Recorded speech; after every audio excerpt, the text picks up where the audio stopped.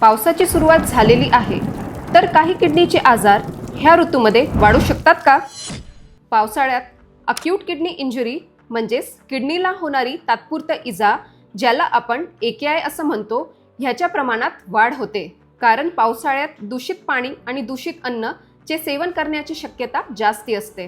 त्यामुळे आतड्यांचे इन्फेक्शन जसे diarrhoea, hepatitis सारखे लिव्हरचे आजार किंवा दूषित पाण्यामुळे होणारे इतर आजार जसे टायफॉइड, ह्या आजारांमध्ये सारखे उलटी जुलाब होऊन शरीरातील पाणी कमी होऊन किडनीला इजा होण्याचे चान्सेस जास्ती असतात.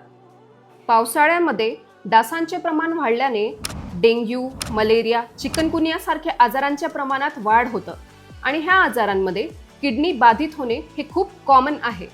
तसेच साचलेल्या पाण्यामध्ये लेप्टोस्पायरा सारख्या आजाराचे जीवाणू निर्माण होतात आणि त्याने देखील किडनी बाधित होऊ शकते. अक्यूट किडनी इंजुरी ही निरोगी लोकांमध्ये पण होऊ शकते, पण ज्या पेशंट्सला आधीपासून काही किडनीचे आजार असतील त्यांच्यामध्ये AKI ची रिस्क जास्ती असते.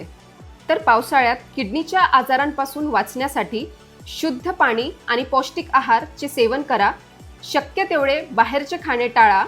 साचलेले पाणी आणि डासांपासून स्वतःचे संरक्षण करा आणि तुम्हाला काही संसर्गजन्य आजार झाल्यास किडनीची तपासणी करून घ्या.